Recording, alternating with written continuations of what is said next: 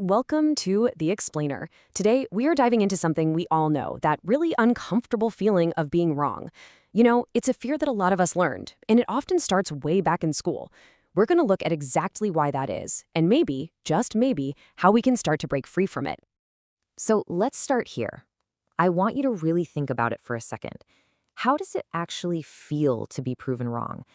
I mean, that gut punch sensation when a belief you've held onto is suddenly challenged, or a fact you were totally sure about just isn't true. It's a really raw, uncomfortable feeling, right? And what's wild is just how physical that reaction can be. Your body is often way ahead of your brain. You might get that sinking feeling of dread, a flash of frustration, or even feel physically sick to your stomach. This is not just in your head. It's a whole body experience. Okay, so this powerful full-body reaction actually has a name, and understanding it is pretty much the key to figuring out why we fight so hard against new information, even when the evidence is staring us right in the face. It's called a cognitive impasse, and you can think of it like a mental roadblock. Your brain just hits a wall. A new idea crashes into an old one, and that feeling of discomfort, that internal resistance, it literally stops you from seeing what might be an obvious solution or truth. And believe me, this is nothing new. The story of Ignaz Semmelweis it's a chilling example. Here's a guy who comes along with clear, life-saving proof for hand washing, but the medical community at the time just couldn't handle being told they were wrong. They laughed at him, they ruined his career, and in the end, he died from the same kind of infection he was trying to stop. That is the deadly power of a cognitive impasse. This chart here really illustrates the cycle we get trapped in. It all kicks off with something called cognitive dissonance. That's the technical term for that awful feeling when new facts clash with our beliefs. So what do? Well, to make the bad feeling go away, our mind recoils. It rejects the new information. And this leads to something called belief perseverance, which basically means we double down on our original idea. It just becomes this self-feeding loop, and it's all powered by that deep-seated fear of being wrong. You probably remember the great war over espresso versus espresso. Now here's the funny thing. Linguistically, espresso makes a ton of sense. It comes from the Latin root exprimo, which means to press out. It follows the exact same pattern as words we use all the time, like express, exclude, and exhale.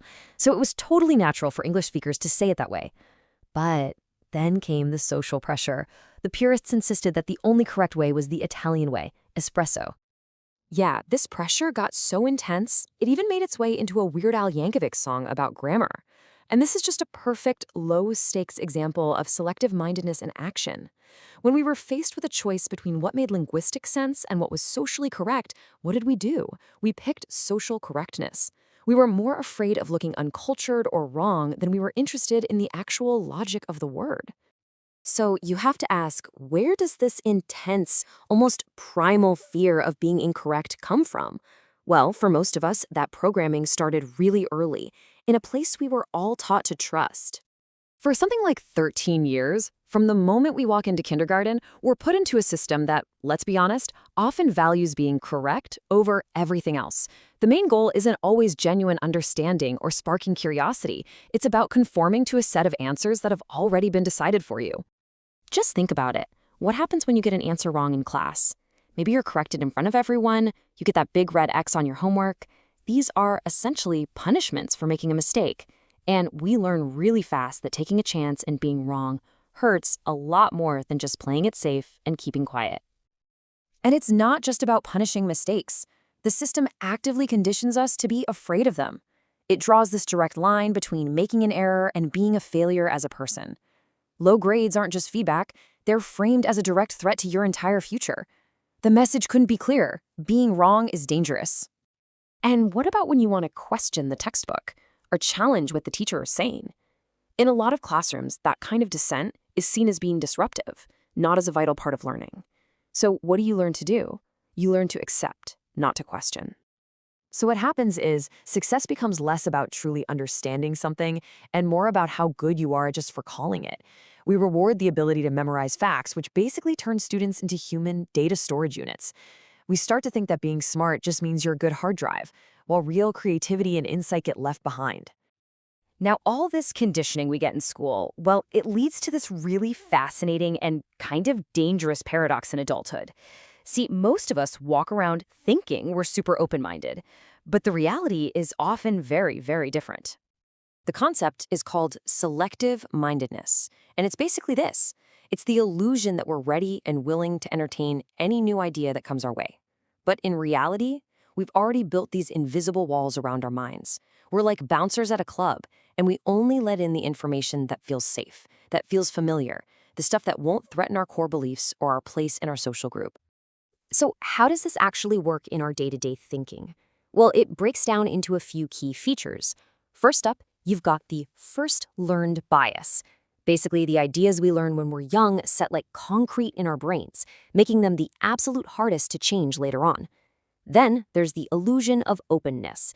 We feel like we're engaging with all sorts of new ideas, but we're really just wandering around inside a little walled garden we've already built for ourselves.